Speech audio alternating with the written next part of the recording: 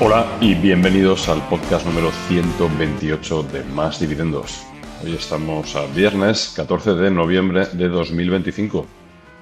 Este podcast tenemos la gran suerte de que es posible gracias a ForPro, porque al igual que ustedes sabemos que las decisiones inteligentes se basan en resultados tangibles.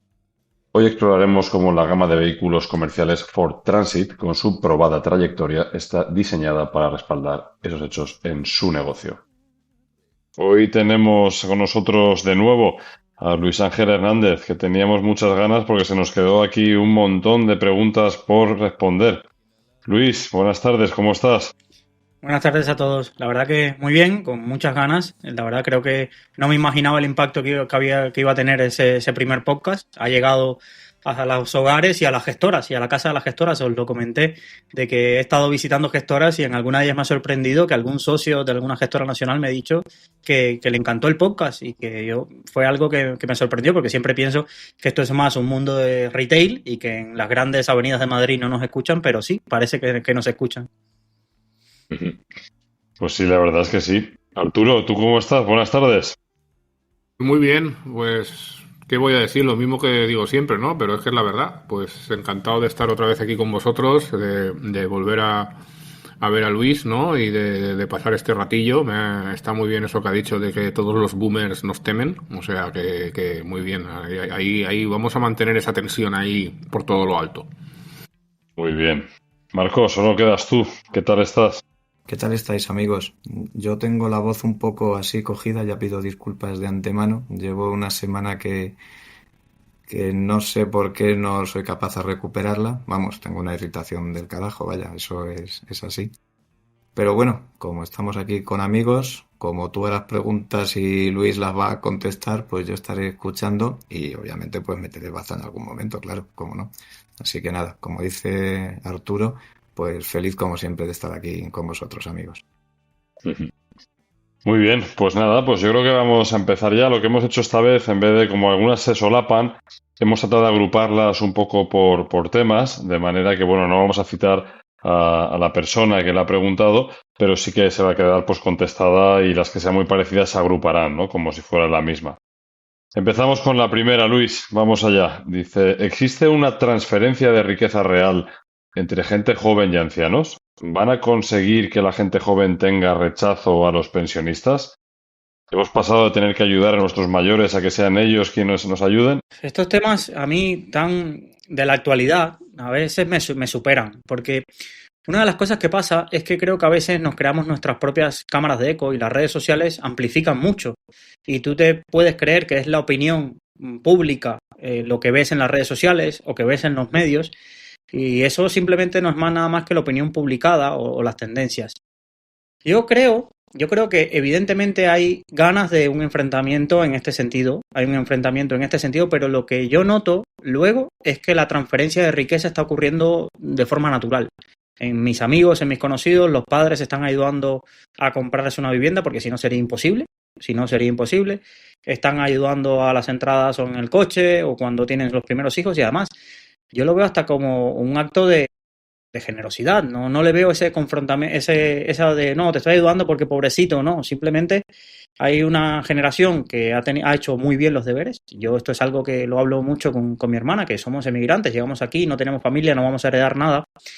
Y es algo que me llama mucho la atención de cómo las personas de la generación, por ejemplo, de mi suegro y demás, han podido acumular una riqueza sin tener grandes trabajos, es decir, sin tener ese trabajo de consultoría, sin ser CEOs de nada, simplemente trabajo, ahorro y luego aprovechar muy bien las oportunidades. Muchas veces nos creemos que hay mucha gente que no ha invertido un euro quizás en la bolsa, pero son excelentes inversores, pero excelentes inversores en la economía real. De, oye, me compro unos bajos a muy buen precio cuando no valían nada, me compro un piso en una estación de esquí en el año 2000 cuando quizás ir ahí era algo más prohibitivo o este tipo de cosas y los pisos no valían nada y lo mantengo. Cuando todo el mundo habla mal de invertir en renovables en 2006-2007, pues se hace y se mantiene, o en agricultura, en economía real. Entonces, yo creo, o la percepción que tengo, que puede estar muy sesgada por mi entorno, es que el enfrentamiento este que se intenta atravesar en los medios, al final, El joven tiene un padre y un abuelo, y el padre y un abuelo lo que siempre va a querer es lo mejor para sus hijos, lo mejor para sus hijos y para sus nietos. Y yo creo que es una forma natural. Lo que sí es cierto es que mi generación, y ya no te cuento yo que en esa parte no puedo llegar a tener aspiraciones de, bueno, ya puedo gastarme todo mi patrimonio porque ya heredaré. Es cierto que la capacidad de ahorro en las grandes ciudades de los jóvenes está muy mermada. Pero en las grandes ciudades, y luego te vas fuera de las grandes ciudades y el problema es que aunque cueste menos el coste de la vida, no hay grandes compañías que te paguen grandes ingresos. Entonces, cuesta ver hoy que nosotros, sin la capacidad de heredar, digo en generación, yo cumplo 34 el domingo, pueda acceder a lo mismo que accedieron nuestros padres, en este caso nuestros suegros, nuestros tíos, o este tipo de perfiles, incluso teniendo el mismo perfil de trabajo. Sí, es verdad, es curioso. Yo también en esa línea, yo creo que no sé si habéis visto ahí últimamente una imagen de una gráfica, ¿no? Que pone como las mayores preocupaciones, ¿no? De los estados, o sea, los problemas reales, ¿no? Eso creo que es, y luego un poco la percepción de cuáles son, ¿no? Y lo ves que es una imagen súper distorsionada, ¿no? Lo que son los problemas reales respecto a los que los medios de comunicación potencian muchísimo más, ¿no? Y probablemente pues sí que es cierto que estemos ante un caso que bueno, que esté muy amplificado también por ello. No sé, Arturo y Marcos, ¿vosotros esto cómo lo veis? Yo, a ver, respeto lo que dice Luis de la parte de las generaciones anteriores, que no se puede decir que hayan tenido una vida regalada, ni mucho menos. Han trabajado muy duro, todos tenemos ejemplos, muchos ejemplos, ¿verdad? Sí que pienso, y yo no sé si, a ver, seguro que hay gente que busca polarizar y enfrentar también, eso lo tengo clarísimo, porque eso es lo que vende clics, lo que vende pupilas en las pantallas y periódicos y todo eso, ¿no? Bueno, periódicos, jaja, pero bueno. Pero yo sí que creo que sí que hay una situación. Si tú miras ahora los presupuestos del Estado, otro jaja ahí, pero bueno, lo que serían los presupuestos del Estado de hace 3 años, la última vez que se hicieron o algo así, pues las pensiones se llevan el 30 y tantos %. Si hablo de cabeza así un poco del presupuesto, ¿no? Y claro, y si miras temas como, otra vez, educación, sanidad y todo esto, que es lo que le interesa a la gente joven, o sea, bueno, yo no sé cómo es vuestra experiencia con la sanidad pública, pero yo no he sido nunca un gran crítico, pero no tiene nada que ver con lo que era hace 10 años, por ejemplo. Para mal, desgraciadamente. Entonces, sí que creo que hay una generación que además ha acumulado activos. Yo sé que esto es polémico y cada vez que lo digo delante de alguien de ellos me miren así un poco, pero que realmente no deberían, se debería, para mí, pues regular un poco el tipo de pensión que cobran en función del patrimonio que tienen. Porque es que esto está oprimiendo directamente a las generaciones más jóvenes que tienen que pagar impuestos, que podrían cobrar más, o sea, porque precisamente por quitar esos impuestos, y no digamos nada ya de la jubilación futura. Entonces eso, para mí, esto y la cantidad de pasta que se está yendo, pues, en todo tipo de empleo público, que otra vez no estoy haciendo declaraciones absolutistas aquí, ¿vale? Es decir, yo no digo, todos tenemos nuestras ideas y yo digo que admito una razonabilidad para no meternos en irnos por otra rama.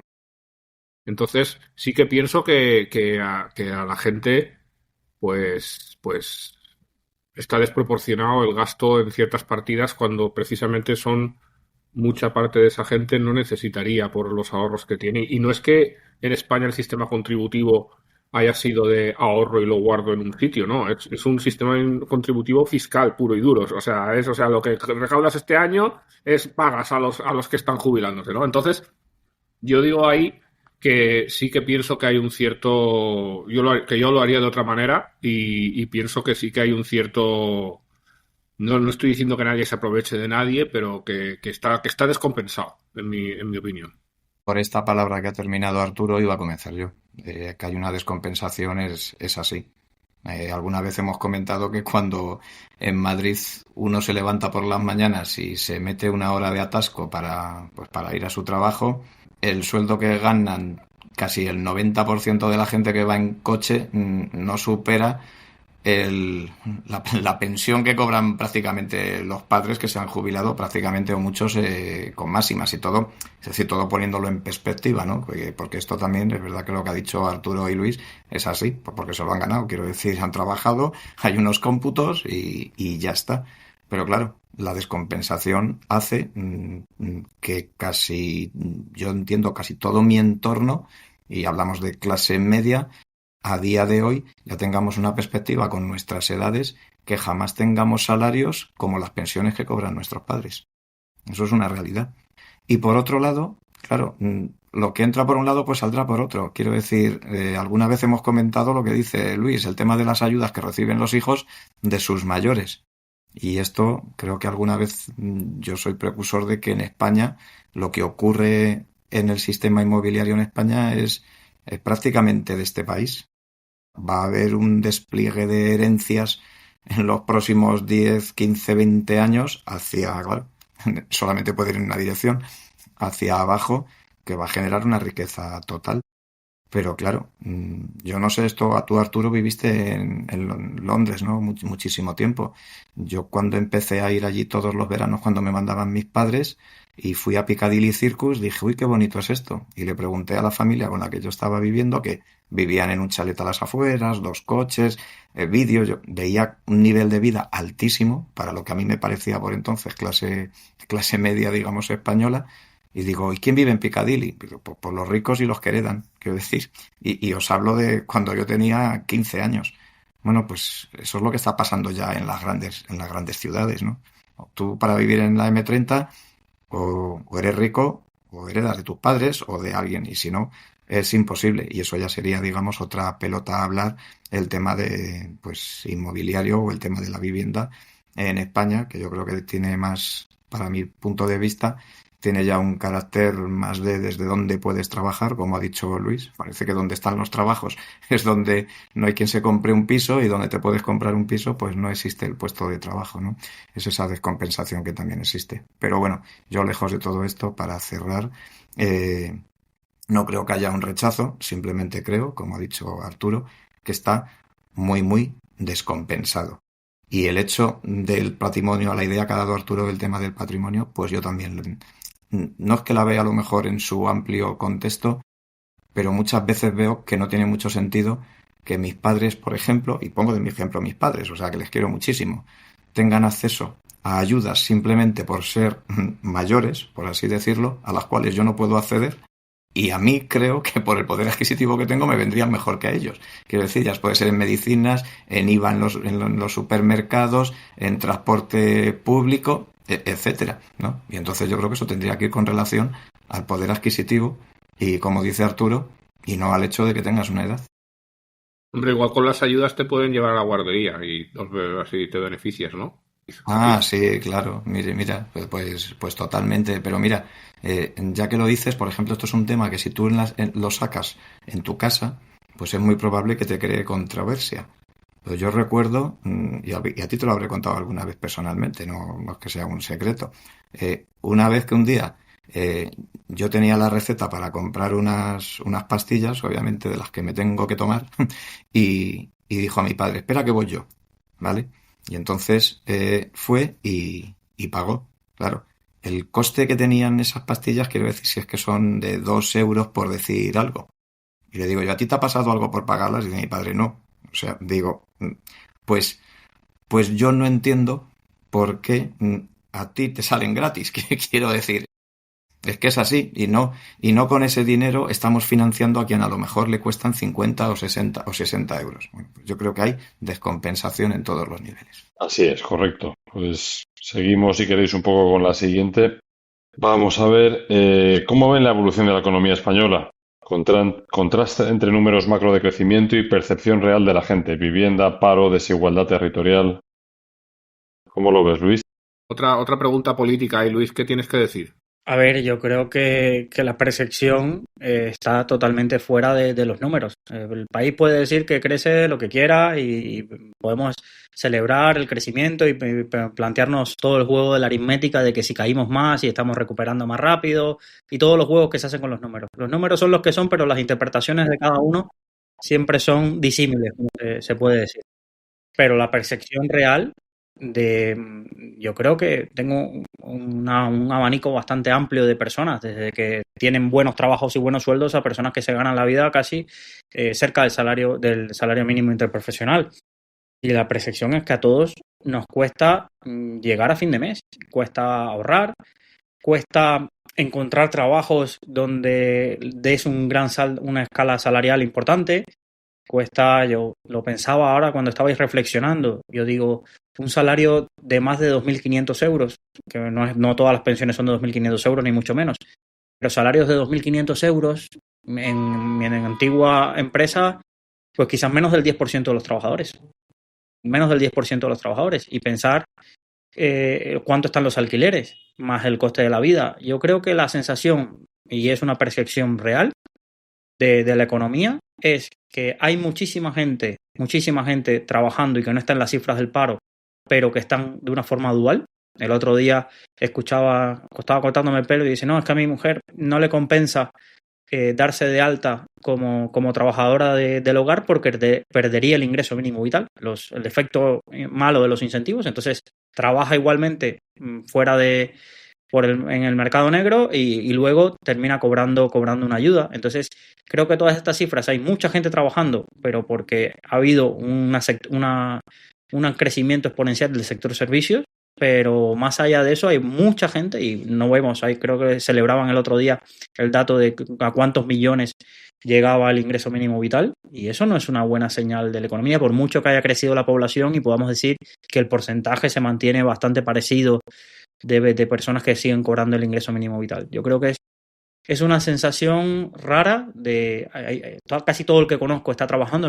Yo llegué en 2011. En 2011 me costaba encontrar en mi entorno cercano a alguien que trabajara. Todo el mundo estaba en paro o todo el mundo estaba buscando. Yo recuerdo en la comunidad cubana casi todos estaban recogiendo sus maletas y yéndose a Estados Unidos porque allí se conseguía trabajo muy rápido. Y hubo una gran emigración de la comunidad latina cuando toda la crisis en 2011, 2012 en España, que había esa sensación de paro, tú la notabas en el ambiente. Sin embargo, ahora en todo mi entorno conozco a todo el mundo trabajando, no conozco a nadie que no esté trabajando, y en mi entorno de amigos y demás, pero lo que sí es una máxima es salarios muy precarios, incluso en entornos como, por ejemplo, puede llegar a ser el entorno de la programación. Mi hermana, mi cuñado, todos son programadores y bien valorados en su trabajo, y aún así tienen la sensación de que cobran números que para ellos era impresionante hace 7, 8 años, pero que no pueden llegar a permitirse esos caprichos que pensaban, o esos caprichos, vamos a llamarle, comprarse una vivienda en una zona más o menos decente de aquí de Valencia, que ellos pensaban cuando tenían la ilusión de llegar a cobrar eso. Es decir, oye, me estoy matando a trabajar el doble porque tengo un cargo de responsabilidad, trabajo en una empresa que ahora me entra ese síndrome de, oye, es que me están pagando un dinero, pero aún así no logro tener el capital para decir, pues vivo tranquilo, me compro la casa donde quiero y vivo donde quiero. Y yo creo que eso es algo muy difícil de cambiar por el sistema impositivo que tú hablabas antes. Es decir, es que si tú cobras cada vez más, pero al final el dinero que te llega es prácticamente el mismo, o la carga impositiva es la misma y faltan, claro, ya dejas de poder acceder a determinadas ayudas a partir de que pasas de 35.000 euros para arriba, como si fuera eso la panacea, pues a día de hoy está complicado desde formar una familia, tener acceso al hogar, hasta cosas básicas de la vida. La gente dice, no, es que la gente se está yendo de viaje. No veo mucho abanico de poderte hacer viajes con familia o lo que sea, como se están poniendo las cosas, si quieres ahorrar. Otra cosa es que vivas carpe diem, viva el momento y no tengas un duro, que eso también pasa. Si cada vez salen encuestas por ahí de cuánta gente vive con menos de 1.000 euros de ahorro. Y pasa, y hay muchísima gente que vive así y ya verán. Pero yo tengo esa sensación de que estamos bastante secos de liquidez. Me refiero de poder tener un colchón bastante seco. Si hay una dicotomía muy grande, y esto yo lo noto en los casos de las finanzas de tu vecino, de lo que es el empleo del sector público.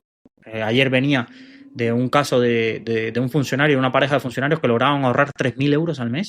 3.000 euros al mes, eso, vamos, no lo veo en el sector privado, ni incluso en personas allegadas que conozco que trabajan en el sector de la medicina, que se paga muy bien, etcétera. Sí, se paga muy bien, pero tienen que hacer no sé cuántas mil horas para ahorrar un dinero y al final del día no les queda tanto como para ahorrar 3.000, 4.000 euros al mes y poder invertirlo. Seguramente no te referías a ahorrar 3.000, 4.000 euros al mes, sería al año a lo mejor, ¿no? No. Este era un alto funcionario del Estado que ahorraba con su pareja 3.000, 4.000 euros al mes. No, vaya, joder, macho, menudo ahorro. Impresionante. Y con 45 años tenía 600.000 euros ahorrados. 600.000 euros ahorrados. Ni tan Y mal. es una diferencia tan grande. Pensar yo llegué a formar parte del comité directivo de una empresa muy rentable, no muy grande, pero muy rentable. Y lo que cobraba eran 45.000 euros. Que si lo pones a ver eran 2.300 euros en 14 pagas, 2.400 por ahí. Con un alquiler bastante barato, ayudando a mi familia en Cuba, es que yo en mi etapa laboral no llegué a ahorrar más de 15.000, 20.000 euros. Y dices, me veo con 32 años, 33, que ya debería estar pensando en formar una familia, en acceder a una vivienda con 20.000 euros ahorrados. ¿A dónde voy yo con eso? ¿A dónde voy? ¿Qué casa me puedo comprar? Muy bien. Bueno, ¿Tú qué piensas, Marcos? Pues pienso que ya va siendo hora de que José nos dé el mensaje de nuestro patrocinador. ¿No, José? Pues sí, Marcos, totalmente de acuerdo. Cansado de palabras vacías, de oír y hablar sin ver resultados, en el mundo de los negocios lo que cuenta son los hechos. Y en ForPro lo saben muy bien. Por eso, durante 10 años consecutivos han sido líderes en ventas de vehículos comerciales. No son palabras, son resultados. En ForPro no se limitan a hablar de innovación, la crean. La gama Transit con soluciones para cada necesidad, desde la Transit Courier hasta la Transit Custom, pasando por la versatilidad de la Transit Connect. Y el Ranger, el primer pickup híbrido enchufable de Europa. Porque la sostenibilidad también se demuestra con hechos. No se conforman con prometer seguridad, la garantizan. Cada vehículo Ford Pro está diseñado para proteger lo más importante, tu equipo y tu negocio. Y por eso un vehículo comercial Ford encabeza cada segmento de la clasificación de seguridad Euro NCAP con la máxima categoría platino. Y ahora los hechos hablan aún más alto. Gracias al plan MOVES del gobierno, acceder a la gama Ford Pro eléctrica es más fácil que nunca. En Ford Pro creen en los hechos, no en las palabras, y 10 años de liderazgo en ventas lo demuestran. Descubre la gama Ford Pro y empieza a construir tu éxito hoy mismo. Visita Ford.es. Gracias, Ele. A ver, por continuar un poco lo que estaba comentando Luis del sector público y el sector privado. hace tiempo que la carrera profesional se hace en el sector público y no en el sector privado, desde hace ya tiempo. Vamos, y yo por allegados y muy allegados lo tengo clarísimo. Y el ejemplo que ha puesto, pues es así. Luego es verdad, claro, que una cosa es que la economía pues pueda ir bien a nivel general, porque ya sabéis esto de uno no se come nada, otro se come un pollo, la media pues es que nos hemos comido todos medio pollo.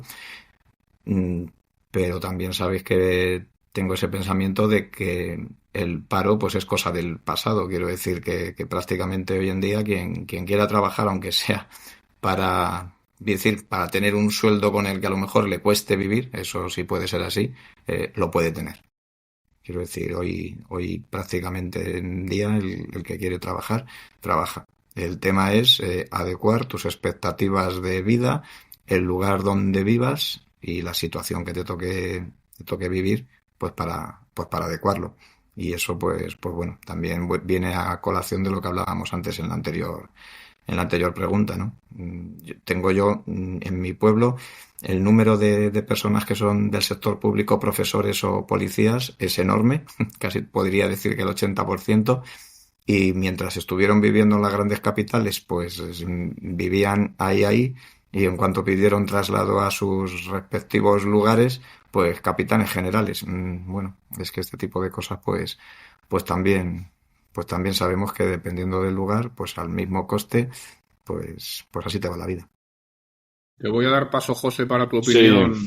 Te voy a dar paso, José, para tu opinión con esto de que, pero los restaurantes están llenos de gente.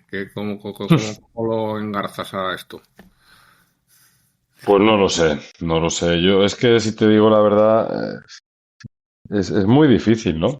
El, el hacerte una idea real de cómo están las cosas. O al menos yo personalmente lo veo bastante complicado. Creo que dependiendo de cómo te va, pues lo puedes ver de una manera o de otra.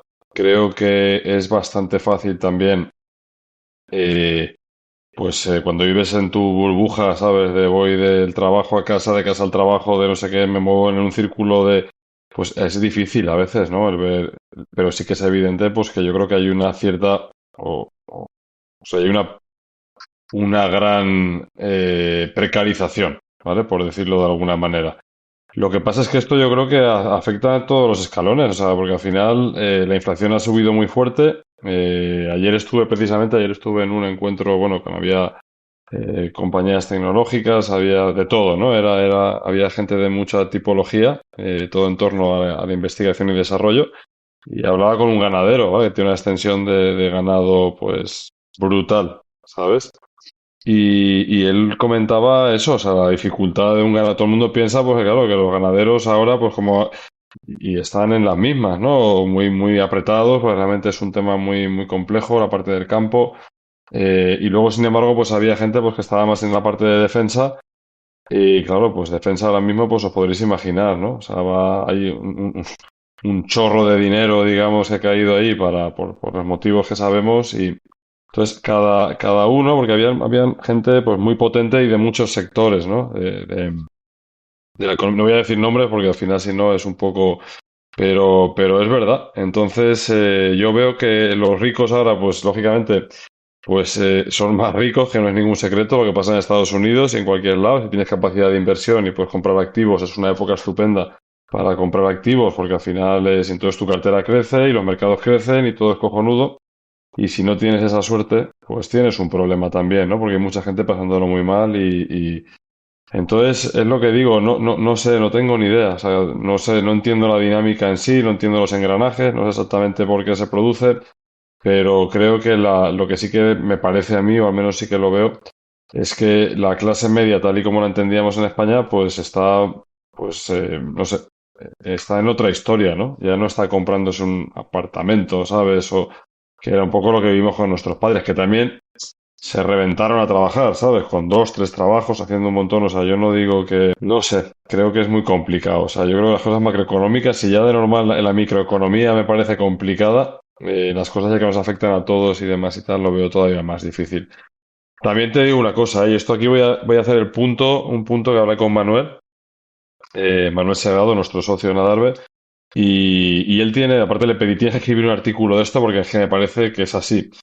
Es un punto buenísimo. Y él lo que dice es que para una persona joven a día de hoy con ganas, es el mejor de los mundos posibles, ¿vale? Es decir, porque realmente, o sea, hoy en día tienes una cantidad de conocimiento brutal que puedes acceder y luego muchas veces, pues claro, compites, si tú compites con mucha gente que tampoco tiene las ganas de echarle las mismas ganas que tú, pues eso es una ventaja competitiva del copón, ¿no? Es decir, y luego, pues por otra parte, pues eso, ¿no? Hay capital también para que te puedan invertir en tu startup. Es decir, hay una serie de cosas que en la generación, por lo menos de Manuel, que también todos lo sabéis, ¿no? Pero ha sido empresario toda la vida, de un tío con un trabajador espectacular y pues en su época eso ni lo soñaba, ¿vale? Es decir, y ahora se puede. Ahora claro que se puede. Entonces, el mundo al final, para mí, es la historia de las dos ciudades de Dickens, ¿vale? Que es la mejor de las ciudades y la peor de las ciudades. Lo que pasa es que depende, pues claro, si te toca en una parte, pues lo que yo esté contando te sonará chino y si te toca en la otra, pues lo mismo. O sea, al final es un poco,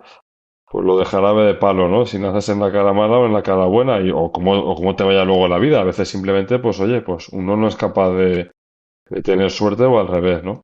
En fin, creo que no he dicho nada especial, pero eso es lo como lo veo yo.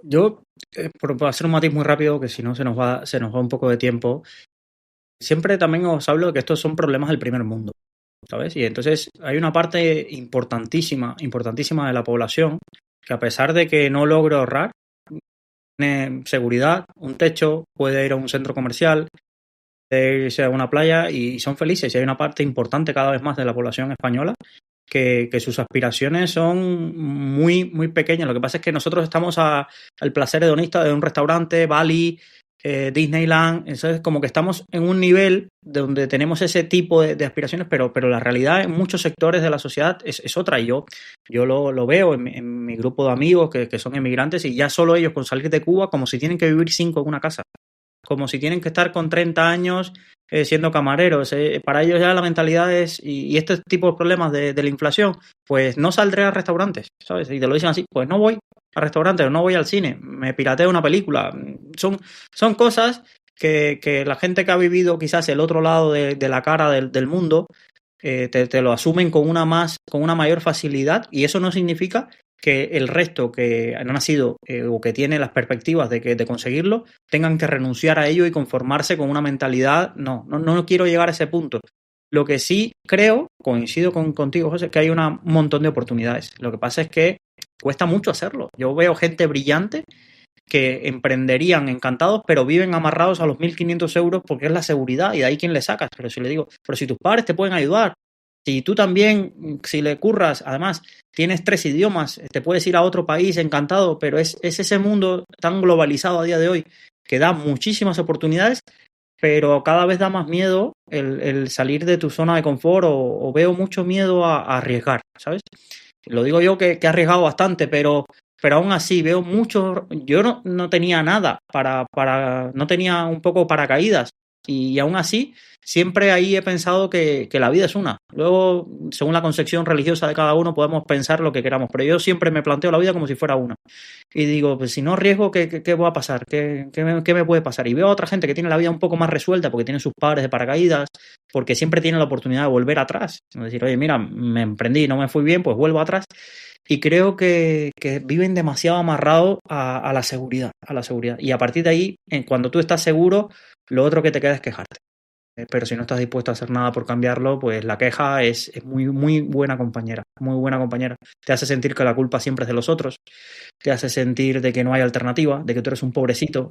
Y realmente creo que a veces hay que darle una vuelta a este tipo de cosas y, en mi punto de vista, arriesgar.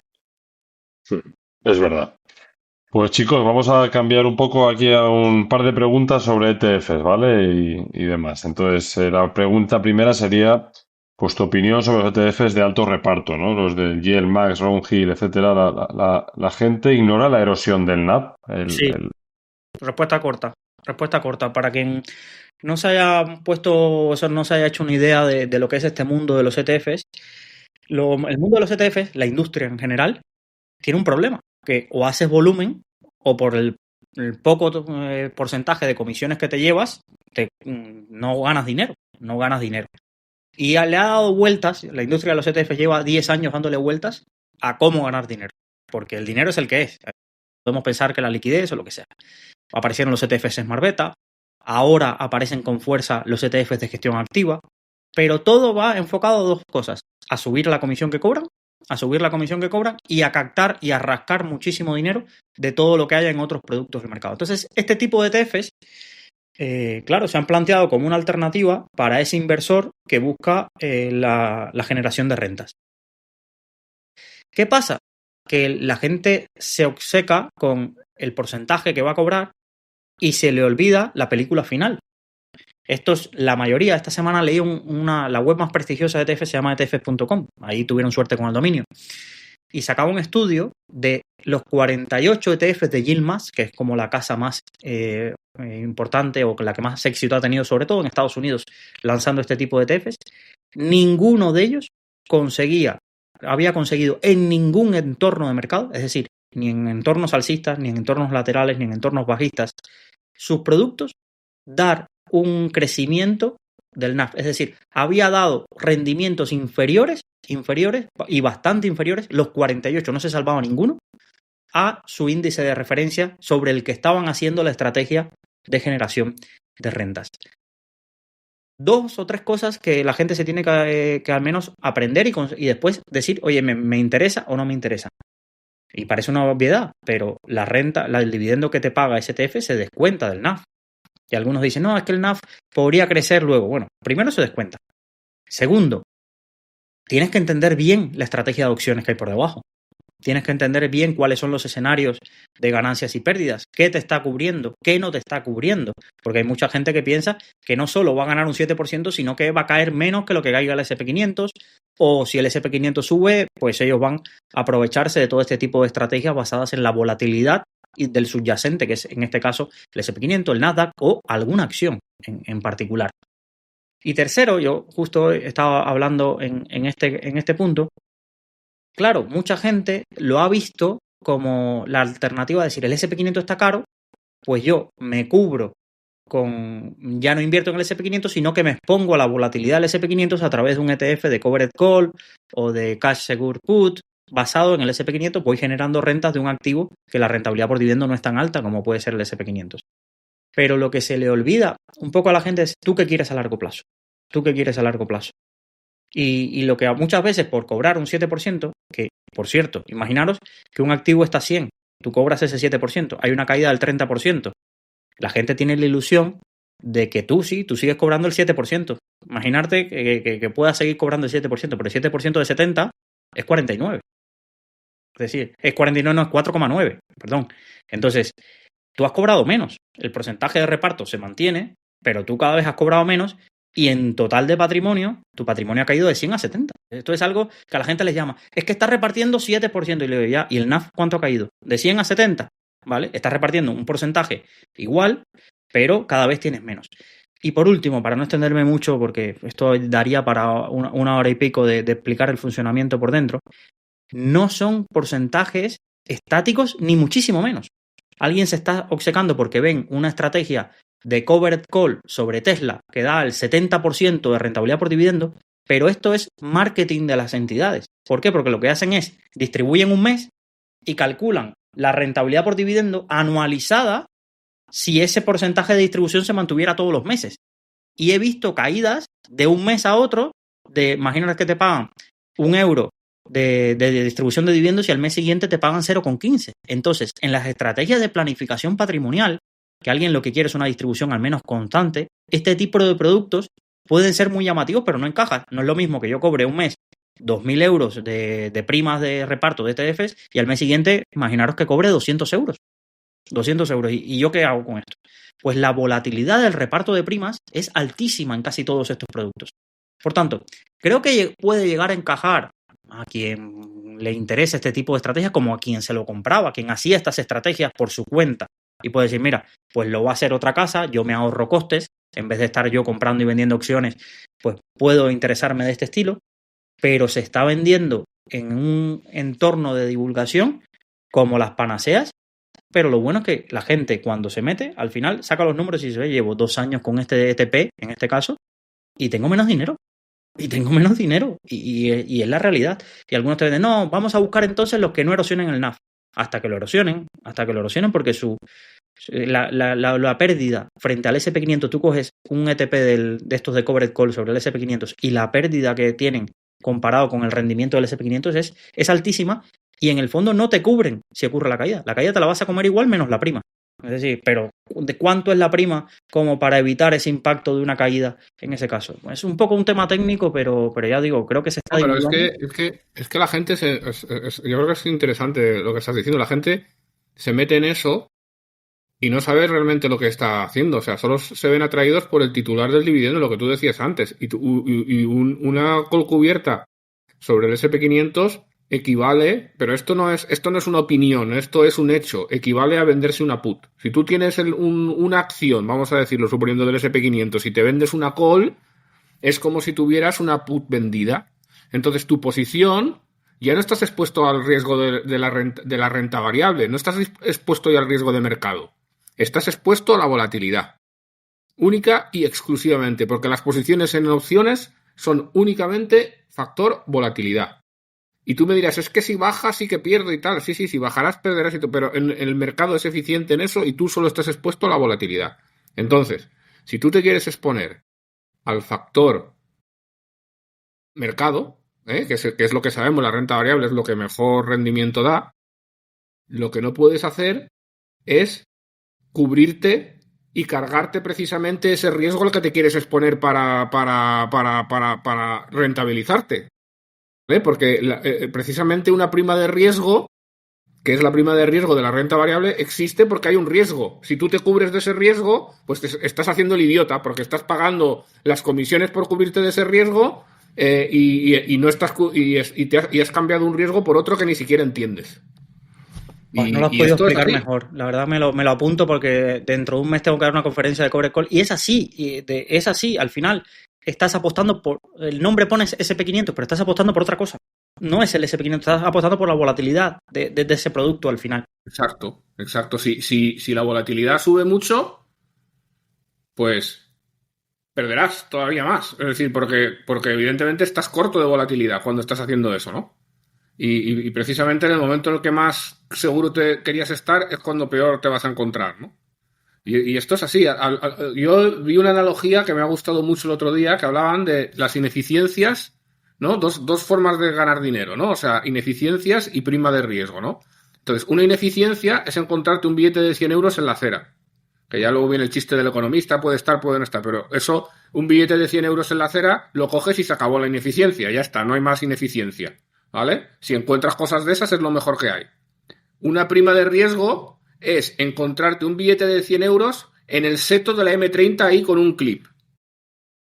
Ves a por él, así quiere cruzar la M30, así a lo Rambo, y ahí está, esa es la prima de riesgo. Es decir, tienes que arriesgarte para coger el billete de 100 euros. Y a lo mejor cruzas y aparece otro, pues vuelves a cruzar. ¿Qué pasará? Que como quieras cruzar sin que te dé ningún coche, pues no cruzarás. Entonces te la tienes que jugar a coger el billete. Eso es una prima de riesgo.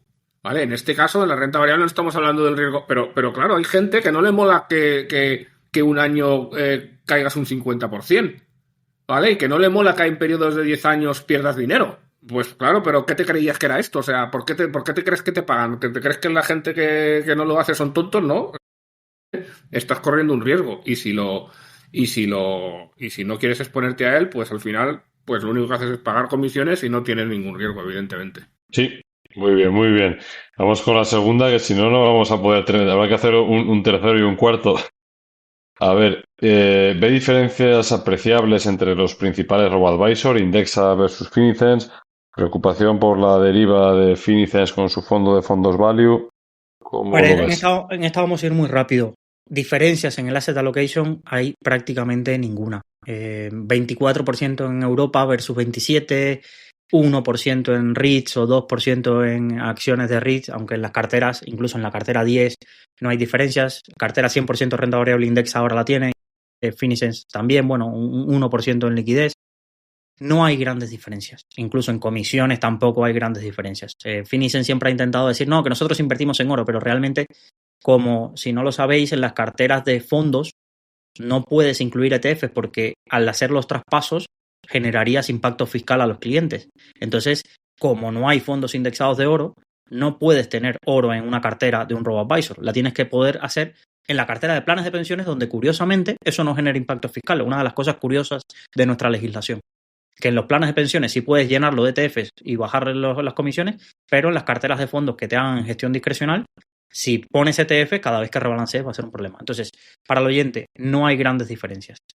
Y sobre la deriva, a ver, ese es el mismo problema que hablábamos antes. Al final esto es un negocio donde Finicens, el principal accionista, es una empresa de capital riesgo que imagino que en algún momento buscará una salida por una operación corporativa, ya sea, esto es opinión, una salida a bolsa o una venta a alguien del sector, y para eso tienes que crecer en patrimonio. Si el ritmo de patrimonio con tus carteras tradicionales no crece al ritmo que te gustaría, empiezas a sacar productos adicionales. ¿Qué pasa? Que dentro del mundo indexado hay poco que sacar. Hay poco que sacar que puedas innovar.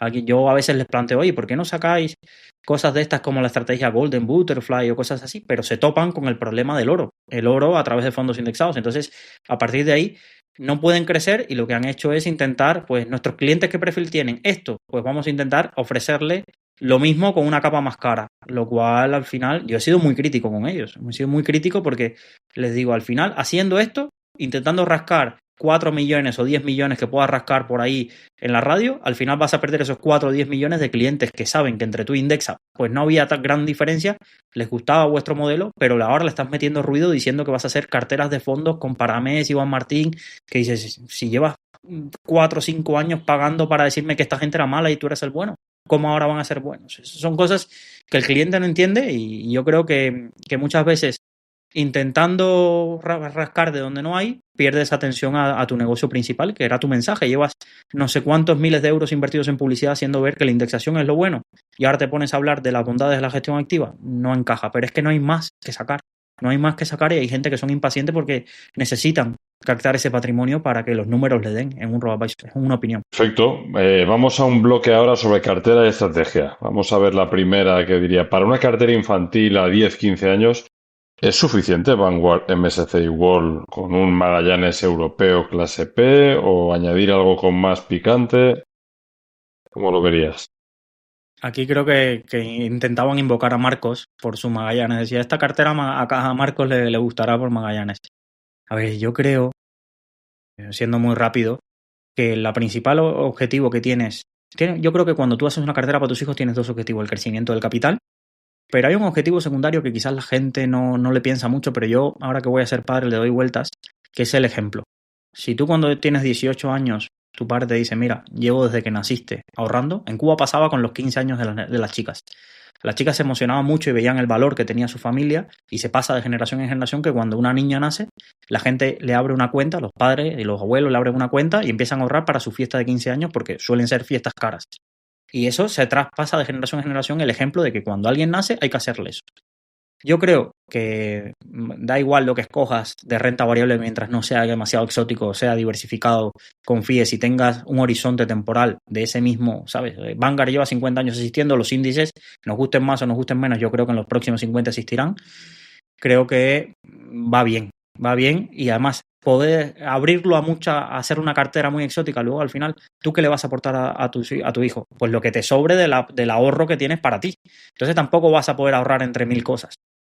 Yo creo que ahí buscaría la simplicidad máxima, pero segundo, creo que el componente que no perdería de vista es el ejemplo. El ejemplo que le transmites de decir, mira, con 18 años tienes esta cantidad porque yo he hecho el esfuerzo, me he quitado cosas que te podíamos haber dado, de un viaje aquí o un viaje acá, pero ahí tienes, úsalo como quieras y yo creo que eso es un ejemplo muy bueno. Si añadirle más productos yo creo que es ruido y diversificar un poco, que luego no te vas a tener todo el capital que quieras para aportarle en momentos de caídas, yo me quedaría con un indexado, no me complicaría la vida. Perfecto, pues seguimos con la siguiente entonces. ¿Cómo encontrar el balance mental correcto entre la parte necesaria para generar capital, frugalidad, trabajo duro y la parte que nos permite disfrutar una vez alcanzados los objetivos? Yo he cedo la palabra a Arturo y a Marcos, no porque no tengo opinión, me gustaría darla quizás más adelante, pero yo no he podido tener todavía esa reflexión de, oye, de 20 años ahorrando, de 20 años invirtiendo y sabiendo que tienes un dinero acumulado ahí y que no estás tocando. Y a veces te preguntas, ¿y para qué? ¿Y para qué? No sé. En esto, fijaos, en Value School en diciembre tengo que dar una charla que me ha invitado Luigi en Value School con Domingo, del libro de Morgan Housel que tengo aquí, El arte de gastar dinero. Que dices, existe un libro que se titula así, o sea que ya tiene su aquel. A mí ya me parece incluso surrealista el hecho de que alguien esté preocupado que después de ahorrar, a ver si se va a ir a la otra dimensión y se va a dejar aquí algún dinero, ¿no? No sé, perspectiva. Cada uno ahorra por lo que necesita, por lo que quiere y por sus objetivos. Y en esto sí que es verdad que cada uno, pues esto será muy personal, ¿no? Porque tú a nadie le vas a decir cómo se tiene que gastar el dinero que buenamente ha ahorrado. Para mí, el simplemente hecho de estar tranquilo ya me parece estar disfrutándolo. Pero claro, esto soy yo. Otro pensará que estaría mucho mejor pues gastándoselo en un Ferrari que es el sueño de su vida, ¿no? Pues cada uno hará lo que tenga que hacer, ¿no? Pero yo creo que si nos planteamos que el hecho de ahorrar dinero va a ser un problema, yo creo que es para reflexionar sobre ello, a lo mejor un fin de semana, pues eso, en la montaña del Tibetana y pensar sobre por qué hemos accedido o nos hemos puesto a ahorrar poco a poco por un objetivo. Mi opinión, que como en esto, yo creo que es muy, muy personal, porque tú a nadie le vas a decir cómo se tiene que gastar el dinero que ha ahorrado. Pues sí, es así.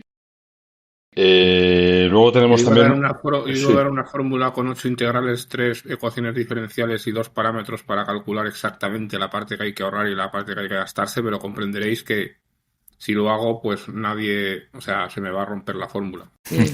Yo creo, José, que hay una reflexión aquí que yo le he dado mil vueltas mientras camino, mientras voy a hacer deporte o hablando con un amigo de estos que nos gusta filosofar con una copa de vino. Y yo creo que hay mucha gente que se pasa todo el día calculando el coste de oportunidad de las cosas. ¿Y qué hubiera sido? Si me hubiera hecho esto, analizando cada una de las ramificaciones que ha tenido la vida en cada una de las decisiones que ha tomado. Y si ese ahorro claro, intentando predecir cuál es el óptimo. No viven en entornos donde, bueno, mira, hago lo que puedo con la información que tenía y con lo que me ha dado tranquilidad, como decía Marcos. Y yo creo que esa obsesión muchas veces no te lleva nunca por un buen camino porque asume, la vida es coste de oportunidad. Yo para estar aquí he renunciado a 15 años de ver a mi madre. Es así. Y agradezco y doy la oportunidad de eso, pero lo asumo. No estoy todo el rato dándome la cabeza, ni estoy pensando de, ay, si no hubiera hecho esto. Ay, si me hubiera gastado este dinero, qué feliz hubiera sido si en vez de tener 70.000 euros en el banco hubiera tenido 20.000 y esos 50.000 los hubiera gastado en experiencias. Es estar tranquilo tanto con lo que haces como con las consecuencias de las cosas que haces. Porque las consecuencias no las vas a controlar.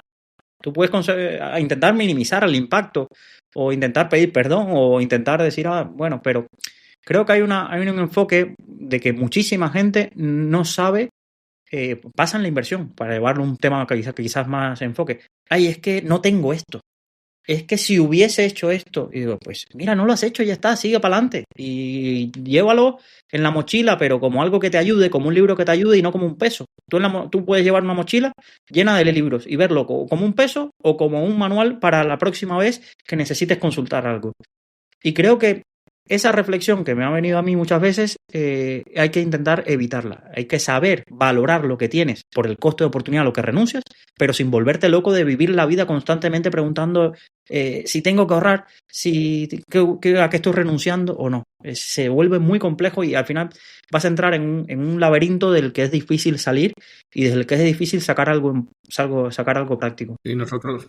No, perdona, dale. No, Arturo, perdón.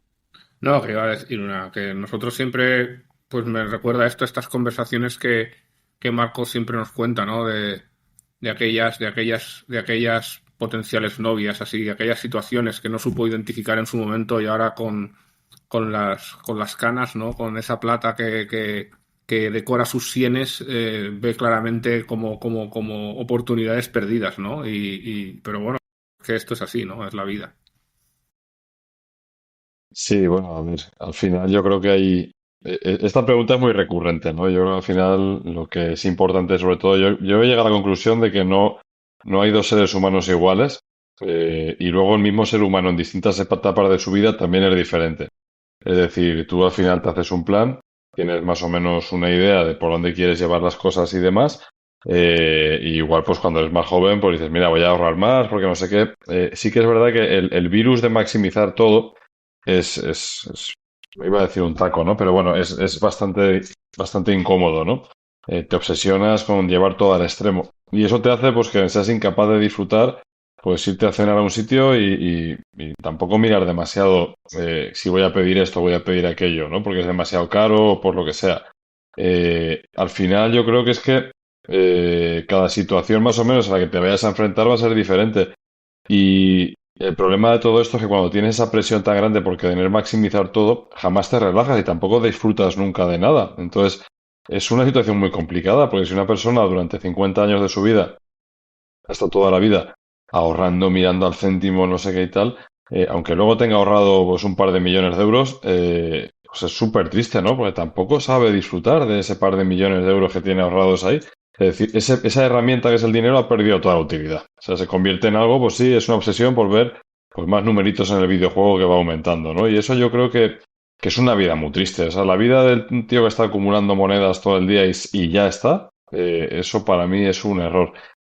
Tampoco significa lo contrario, significa que tienes, o sea, que habrá momentos en tu vida pues que relajarás más el gasto, habrá momentos que ahorrarás más y al final nadie te tiene que decir si ahora tienes que hacer una cosa u otra. Yo creo que todos tenemos una brújula interior bastante clara que cuando estás haciendo algo que no tienes que hacer, lo tienes claro, ¿vale? Es decir, dices esto no, y lo estoy haciendo pero no debería, entonces yo creo que más que maximizar eso o tener lo importante es estar pues tranquilo y decir, oye, pues si ahora toca ahorrar, ahorro. Pero si ahora me toca gastarme porque me voy de vacaciones o me voy a cenar o quiero hacer, pues joder, es muy triste vivir una vida. Yo el lonchafinismo ese extremo de comer mortadela todos los días y demás para ver más numeritos en la cuenta, pues no sé, yo lo veo muy triste, ¿no? Es una herencia muy fea para tus hijos, el haberles enseñado a llevar una vida también, a un término medio, vamos. Vale, Sí, al pues final esto que dice Bezos, ¿no? el Del arrepentimiento, de del minimizarlo. principio de minimización del arrepentimiento, ¿no? Intentar un poco, pues, proyectar algunas cosillas y ver si Sí, bueno, luego se llega, que todo esto es muy fácil de teorizar, ¿eh? Luego en tiempo real, pues reaccionas como reaccionas, ¿sabes? O sea, Claro. cuando el crío o la cría te dice, dame 100 euros para comprarme un gallifante rosa y hay veces que se lo das y hay veces, otras veces no, pero luego, pues, chantajes emocionales, bueno, ya sabemos, ¿no? No es digital, la vida es continua y es analógica, entonces es difícil, pero bueno, hay que tener un poco unos principios, ¿no? E intentar, pues igual que uno no come ad libitum, ¿no? Porque tal, pues igual que uno no... Bueno, hay gente que hace de todo, evidentemente, y ahí se ven las cosas que pasan, ¿no? Pero bueno, en general, pues no hay una fórmula. Y yo antes me hacía gracia, pero perdona que te lo diga, Luis, te decías, ahora que voy a ser padre y exponías ahí una serie de teorías y tal, y yo digo, ya, Tyson, todo el mundo tiene un plan hasta que le sueltan un buen estacazo en la cara, vamos. Pero bueno, seguro que lo disfrutarás. No, y sobre todo le repetirán mucho los clichés, eso de aprovecha, duerme y tal, y nadie hacemos nunca caso a todas esas cosas y luego decimos, joder, cuánta razón tenía aquello, es así. Pero bueno, esa es la paternidad. Bueno, pues seguimos si queréis. Voy a unir estas dos preguntas, ¿vale? Es una estructura de una cartera para una pareja de unos 50 años con riesgo limitado. ¿Es adecuado 70% renta variable, 30% renta fija para mejorar poder adquisitivo en jubilación? Y luego, si quieres, pues cuando ya enlaces esa parte, pues lo pasas a una persona de 18 años a muy largo plazo. Así vemos esos dos escenarios. Esta es una pregunta habitual, porque es un perfil habitual en los vecinos que yo le llamo vecinos a las personas que me envían un caso, yo los anonimizo y analizo su cartera. Y el problema, que teóricamente parece serlo, es decir, tienes una parte en renta variable, que es el activo que más ha crecido a largo plazo, a pesar de las caídas, tienes una parte reservada para que cuando ocurran esas caídas limitar la volatilidad y poder hacer los rebalanceos. La teoría la tenemos clara todas y en la práctica, ¿qué pasa? La práctica se complica porque da igual que tengas 50, 35 o 82, luego hay que hacerlo. Luego tú has tenido una cartera con un plan, pero cuando llega el momento donde hay que ejecutarlo, todo lo que llegan son dudas. Y depende, porque claro, esta línea, te ponen dos líneas de preguntas. ¿Has vivido una caída anterior? Es una finanza en parejas. ¿Qué conocimiento tiene tu pareja de finanzas? Es decir, le vas a explicar que ahora tu patrimonio justo vamos a coger lo que no ha caído y lo vas a poner en lo que más ha caído. Me da igual si es chico o chica, se lo tiene que explicar la chica al chico, el chico a la chica, da igual. Esa sensación de tener una cartera común y hacerlo es complejo. Entonces, en la teoría me vale 70-30, 60-40 para personas de ese enfoque, pero luego creo que la psicología es lo más importante. La psicología y tener claro qué hay que hacer y depende. Es decir, alguien que tiene 50 puede a los 55 dejar de trabajar y hay que en 50 nunca se plantea dejar de trabajar y por tanto va a seguir teniendo ingresos que lo que pase en su cartera no le afecte en su vida real. Separar lo que pase en tu cartera de inversión de lo que ocurre en tu vida real. A mí, en 2020, mi cartera de fondos cayó un 35%, pero ese era otro mundo aislado. Lo vivía yo en mis penas y en mi, ¿sabes?, en mi ego de inversor, pero no me afectaba en mi día a día. Yo no dejaba bueno, se podía hacer tampoco poca cosa, pero no me afectaba en mi día a día. Pero hay personas que por más que le digas, invierte lo que no necesitas, no sé qué, al final hay muy poca barrera entre lo que es su vida real y lo que es su cartera de inversión. Sobre todo, tanto objetivamente el impacto en la vida como emocionalmente. Entonces, sí, la propuesta que propone, ok, pero lleva mucha formación. Pensar que la última gran caída de 40-50% hace 17 años. Hace 17 años, pues yo estaba haciendo el servicio militar en Cuba. Imagínate lo lejos que me queda eso.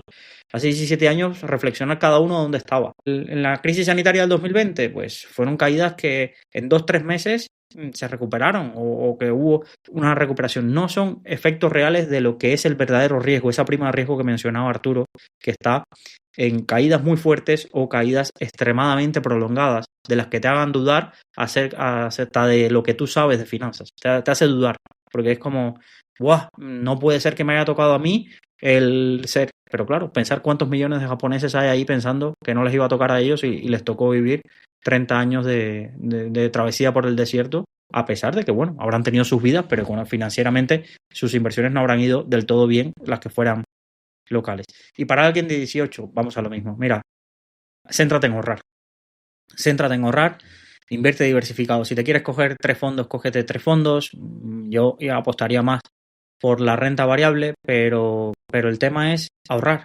El gran desafío que tienen muchísimas personas en España no es que no sean malos inversores o que sean inversores promedio medios. El gran problema a día de hoy que yo veo es que logran ahorrar muy poco. Y cuando logras ahorrar muy poco, el impacto del DSA es muy limitado. El tamaño que tiene tu cartera o el interés compuesto que se puede generar sobre un capital pequeño, pues no tiene el mismo efecto que cuando tienes ahorrado cantidades importantes. Entonces, yo primero invertiría en mucha formación, y a veces la gente cree que formación es cursos, ¿no? Yo lo que más he aprendido no lo he aprendido en ningún curso, lo aprendí en libros, leyéndome a Malkiel contándome historias de cómo fue el mercado de los años 60, o leyéndome a gente hablar de cómo los analistas en el año 98 movían el mercado y todo el mundo pensaba que había analistas infalibles. Esas son las cosas que cuestan muy poco, pero valen muchísimo. Entonces, invertiría muchísimo en leer todo lo que puedas leer, de todos los campos. Ábrete la mente, descubre biografías o lo que sea, invierte diversificado y ahorra todo lo que puedas. Ahorra todo lo que puedas. Así es. Aquí, José, si me permites, aquí es el tema de los porcentajes, que todo el mundo habla aquí de 70-30, 80-20 o 50-50. Para mí el riesgo tiene mucho que ver con la cantidad más que por el porcentaje, porque si esta persona a ti te dice que va a invertir 10.000 euros, por decir así, pues yo le diría 100% renta variable. Pero claro, si te dice 1.000.000, pues igual un 70-30 me parece mucho. O sea, quiero decir que es que el riesgo con la cantidad también tiene bastante que ver. Esto es una cosa que siempre hemos comentado, ¿no? El hecho de la capacidad que una persona tiene en rehacer su cartera. Esto que ha dicho antes Luis, con el hecho de que el DCA aplica poco sobre una cantidad pequeña, cuando ya han pasado mucho tiempo, ya se ha ahorrado mucho. Estamos hablando de lo que yo siempre digo de protege tu tiro. Porque por entonces ya pocas vueltas atrás tienes. Tienes, digamos, ciertas cantidades que has conseguido a 20 años y a poquito que se puedan liar, ya no tienes igual otros 20 años para volver a rehacer todo eso. Ni la misma, ni el tiempo, ni la vida que has pasado. Entonces, los porcentajes me parece genial, pero con arreglo a depende de qué cantidades. Sí. Pasamos al siguiente bloque, que sería un poco de paradigmas de mercado. Vamos a ver la primera pregunta que tendríamos. ¿Hemos entrado en un nuevo paradigma en renta variable tras 15 años de subidas desde 2009? ¿Será más que nunca el gran activo a largo plazo o debemos esperar rentabilidades mediocres tras la fiesta? A ver, justo la pregunta que viene siguiente creo que va muy relacionada con todo esto, que es el gran debate. Es decir, hoy hemos tenido rentabilidades increíbles, venimos de un escenario de 17 años de muchísima rentabilidad. ¿Deberíamos esperar rentabilidades inferiores? Puede que sí, pero como no lo sé, yo sigo invirtiendo. Es decir, intento hacerlo de forma diversificada, pero asumo que como no sé qué va a pasar, siempre os he hablado o comento mucho en GMO, los grandes analistas de GMO en 2017 decían que los próximos 10 años la rentabilidad del S&P 500 iba a ser negativa. Quien le hubiera hecho caso hubiera tenido un coste de oportunidad altísimo, y son gente brillantísima, escritores de los libros de psicología de los mercados, el pequeño libro de la psicología del mercado, el mismo que escribía eso hacía un vaticinio de que por sus números y su modelo le salía, y tenía seguramente el modelo toda la razón. Luego la vida tiene diferentes formas de sorprenderte a todo lo que tú normalmente tienes planificado. Entonces, es cierto que yo entiendo a alguien que le puede dar pánico, es decir, oye, todo esto, mira lo que ha subido, mira todo, pero ¿cuál es la alternativa? ¿Cuál es? Seguramente hay, pero la alternativa con la mentalidad, es decir, que, oye, perfectamente tienes ahí fondos de renta fija entre el 3 y el 5%, pero ¿estarías conforme con eso? Es decir, tú mismo, ¿serías capaz de estar en un mercado donde tú estás aspirando al 3-5%, mientras que tu vecino al lado está teniendo 10% invirtiendo en China o invirtiendo en small caps europeas o demás? Creo que el problema es de que intentar adivinar el mercado de market timing es lo más difícil que hay, y todos los estudios muestran que tienes todas las papeletas, estás comprando toda la rifa para que no tengas rentabilidades, no logres capturar la rentabilidad del mercado. Ahora, intentar arriesgarlo todo, me meto todo en un activo y me subo a ese carro, yo creo que tampoco. Entonces, en el término medio, por ahí de la diversificación, al menos lo que hago yo no puedo dar otra cosa o decir otro ejemplo que no es lo que hago yo. Yo a día de hoy intento estar indexado al mundo con gestión activa, si lo queréis resumirlo de esa forma. Y tengo pues un 10-15% en China, un 10% en small caps europeas, un 5% en compañías nórdicas, un 15% en Estados Unidos. Y bueno, si el mundo crece, espero que las compañías en capitalización logren capturar eso. Y si el mundo no crece, pues mira, he tenido mala suerte, lo que logro ahorrar, mitigaré el impacto de esa caída y a otra cosa. Pero no sé, y quizás es porque no tengo tanta experiencia. ¿Qué otra cosa podría ser que no sea eso? Sí, muy acertado. Además, aquí pasa una cosa que no siendo 2008, vamos, desde lo que hemos vivido a lo mejor en los mercados, siempre ha habido dispersión de activos. Quiero decir, esto nosotros lo podemos vivir con amigos cercanos. Los años que va muy mal el value, joder, qué año, pero es que justo los años que han ido mal el value, pues ha ido genial el growth.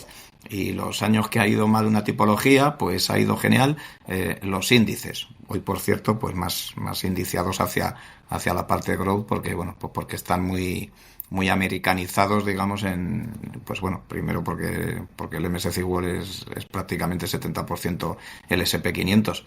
Pero quiero decir que esta pregunta también puede ir condicionada, porque a alguien a lo mejor los últimos 15 años le ha ido genial estando en una tipología, pero a otros igual no les ha ido tan bien. No quiero yo ponerme en el punto de ciertos gestores, pero hace poquito escuchaba a Álvaro Guzmán y bueno, y hablaba prácticamente de eso, de lo mal que les había ido a ellos cuando los mercados iban genial y de años en los que el mercado lo ha hecho fatal y ellos pues se metieron unas rentabilidades elefantiásicas, ¿no? Bueno, pues depende. Diversificación y lo que comenta Luis, muy de acuerdo con él. ¿Cuál es tu coste de oportunidad? Ya que hablábamos antes del coste de oportunidad. Si no estás en renta variable diversificado, pues ya me dirás dónde estás. Yo, si me permitís, haría un par de comentarios. Uno es a nuestro preguntante o preguntador, que ya le vale, si lo dice por el salseo, bien, pero si nos ha oído N veces con qué van a hacer los mercados, pues si lo supiéramos, pues probablemente no estaríamos aquí haciendo el podcast, sino estaríamos disfrutando de viajes en ingravidez y de experiencias así de estas. Y por otro lado, tengo que decir, Luis, que discrepo de ti con que estos señores de GMO, de floridas camisas y otras, esas sean personas tan brillantes. Por lo menos no lo son por publicar esos modelos, porque eso es de cantamañanas integral, vamos, o sea, pero bueno, que seguro que se ganan bien la vida con otras cosas. Vale, pasamos a la siguiente. Dice, en un mundo donde gobiernos degradan la moneda y todos los activos se correlacionan con la liquidez, ¿qué sentido tiene buscar activos no correlacionados? ¿Tiene más lógica centrarse en activos que más flujos reciben? SP500. Pero ¿cómo que todos los activos se correlacionan con la liquidez? Pero what the... Yo no sé, sé, macho, yo. creo que sé por dónde va esa pregunta y a ver si logro dar la opinión sin meterme en un jardín. Que ya, ¿Se refiere al volumen de masa monetaria a lo mejor o algo? efectivamente, sí. A la emisión monetaria, sabéis que hay toda una línea de divulgación, no sé si ocurre a nivel mundial, porque me escapa, yo domino el panorama español y bastante que lo hago, donde te intentan transmitir de que solo todo está correlacionado. Las correlaciones han aumentado mucho entre casi todos los activos. Pensar en un mercado alcista, si todos los activos suben, como lo que estamos viendo casi en 2025, sube Europa, sube China, va a subir la renta variable americana, sube el oro, pues evidentemente si tú calculas la correlación en ese abanico, te va a salir que están correlacionados de forma positiva.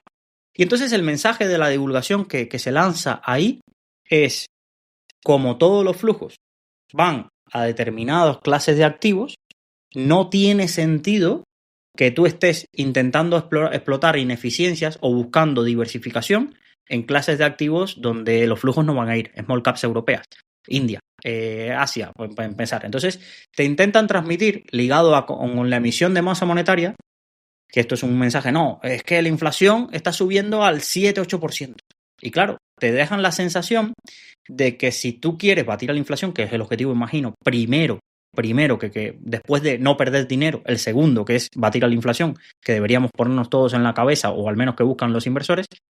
Claro, si la inflación está al 7-8, te haces creer eso, ya tú tienes que ir al 10-12. ¿Cómo ir al 10-12? Pues, ¿qué ha dado el 10-12 en los últimos 15 años? La renta variable americana. ¿Dónde han ido los flujos? A la renta variable norteamericana. Entonces, hay todo un nexo en la divulgación donde te llevan a entender, a dar a entender para explicarnos que olvídate, como todo está correlacionado, invierte en renta variable norteamericana, si cae, aportas más, pero a largo plazo no te compensa estar en otros diversificadores, porque los flujos van a estar muy concentrados en un poco de compañías, en los ETFs que invierten en esas compañías, y desde mi punto de vista, y no quiero explayarme demasiado aquí, hay primero un desconocimiento de cómo funciona el mecanismo de impacto de un ETF en el mercado, porque tú puedes hacer transacciones, pero eso no impactar a las acciones subyacentes en las que está invirtiendo en el ETF. Cualquiera que busque un gráfico de mecanismo de creación y redención de las participaciones de un ETF lo va a entender muy claro. Y segundo, correlaciones altas ha habido históricamente en algunos momentos del mercado dentro de todos los activos, pero ni se han cumplido todas exactamente en los momentos de crisis. Alguien va a decir, no, es que el oro, leí un artículo esta semana, el oro ha sido un mal diversificador en 2025. Y digo, no te jode. Es decir, si lo miras como diversificador, sí, porque ha subido a la misma de esto que está haciendo el otro. Pero el valor que tú le puedes pedir, o lo que yo le pediría al oro, es que si mañana ocurre una caída del 30 de mercado, al menos no me caiga un 25. Y eso es lo que yo le pediría al oro, no que me suba un 25-30% en un mercado normal. Entonces, yo no lo comparto. No tengo argumentos para demostrarle a alguien que si metiera todo su dinero en renta variable norteamericana y en las compañías growth y solo se dedicara a ese activo, fuera a ganar menos que si tuviera una cartera diversificada a largo plazo o fuera a caer menos. No tengo argumentos porque no tengo la bola de cristal para traerlo aquí. Pero mi experiencia o mi lógica me dice que mientras más riesgo corras en concentración, más tienen que salir todas las cosas bien.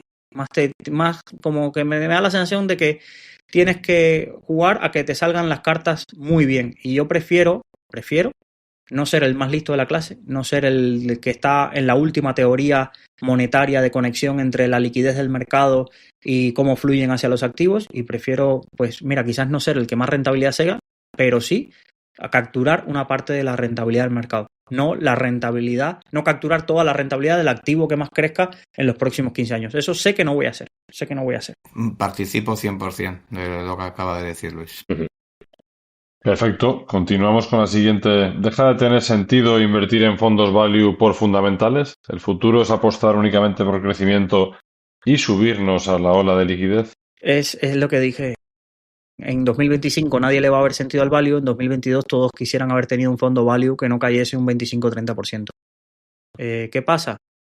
El que nos pregunta lo está viendo desde su perspectiva de 2025, donde si lo hubiese mantenido desde 2020 su fondo, pues esas caídas como que no existieron. Como todo se recuperó, esas caídas no existieron. Yo sigo creyendo el value, cuando tú miras los papers académicos, que esto seguro Arturo le ha dedicado mucho más tiempo que yo, es un factor, no deja de ser un factor. Tú estás buscando al final compañías, hacer una selección, un filtro de compañías que cumplan unas determinadas características que asuma que el mercado no está sabiendo valorar o que vas a poder generar una rentabilidad superior, en ese caso, frente a la rentabilidad del mercado. Ahora, eso no implica que vaya a funcionar en todo momento, ni implica que sea una guerra a ver quién da más rentabilidad. Es con lo que tú estés conforme. A mí, en mi cartera, puedo llegar a tener Sailor y puedo llegar a tener Coba Selección, y no son incompatibles. Para mi gusto no son incompatibles. Es que tengo que tener todos fondos growth o que tengo que tener todos fondos value. No lo veo así. No lo veo así, pero no lo veo así porque creo que dependerá mucho de las cosas que a cada uno le hagan sentir cómodos en su cartera. Yo confío en el factor value. Ahora sé que esa convicción quizás tenga que ser mucho más profunda que si la que tuviera que tener en un indexado. Para mí, porque sé que las caídas quizás van a ser muy profundas por el tipo de compañía en las que invierten, los sectores a veces tan cíclicos en los que invierten, pero intento pensar que si algo está barato y no quiebra, alguien lo terminará poniendo en valor, ya sea operaciones corporativas, ya sea que el péndulo de los sectores, que cuando vuelva, como decía este libro de rendimientos de capital, invertir cuando el ciclo esté muy deprimido, porque al final las cosas se siguen necesitando y esa industria no va a desaparecer.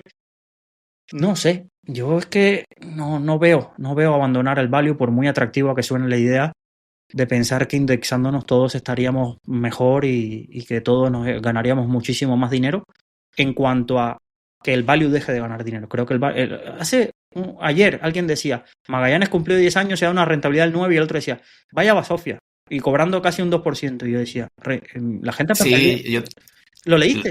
Sí, lo leí, le contestaron y digo yo, pero ¿dónde hay que firmar? Claro, no sé. Para sacar casi un 10% anualizado. Me sorprende. Y a alguien le parecía poco. A alguien le parecía poco, como en todos los barrios. Y a alguien le parecía poco, pero era como, dependiendo de dónde pongas el punto de referencia. Y hace 10 años, si no hubiera firmado por tener un 9 anualizado. Ahora, a toro pasado, es que en otro lado se sacó no sé cuánto ya. Y hace 10 años, un 9% anualizado en una clase de activos tan peculiar como Europa, que no ha sido los 10 años más brillantes de Europa. Hostia, me parece, disculpar la palabra, que a veces la gente vive una disonancia con la realidad. Si el todopoderoso SP500, los cálculos daban 7, 8%, un 9 en 10 años, ¿es mala rentabilidad? No sé.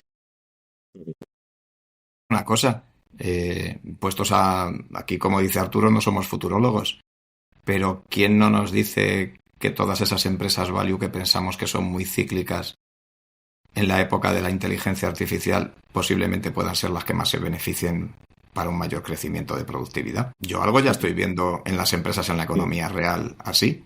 ¿Por qué no se iba a trasladar eso a temas de crecimiento bursátil? Puestos a decir algo, a lo mejor nos llevamos alguna sorpresa con eso. Sí, de hecho, bueno, yo creo que vale la pena porque lo uniríamos con la siguiente pregunta, ¿no? Que dice que si tú, Luis, piensas que hay una burbuja en la IA como la del 2000-2002, ¿no? Es decir, bueno, eso, ya te digo, esto es muy manido, pero lo unimos a esa pregunta también de... Y a a todas las anteriores, de que si nos vamos a pegar ya, o si no nos hemos pegado aún, o si hemos subido. A ver, yo es que no soy un especialista en IA ni en valoraciones de demás.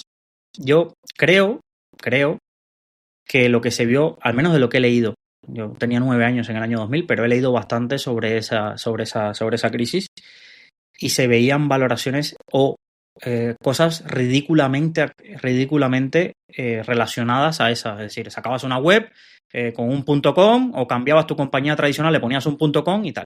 ¿Eso se está viendo? Pues sí, hay gente que hacía value investing y ahora tiene una compañía cotizada de inteligencia artificial. Pero es un segmento tan pequeño del mercado que decir, ¿hay una burbuja de esto? Pues yo no lo sé. Yo lo utilizo en mi día a día. Es decir, peor veo a veces estas valoraciones de cuando alguien extrapola y dice, mira, han captado una red social no sé cuántos usuarios.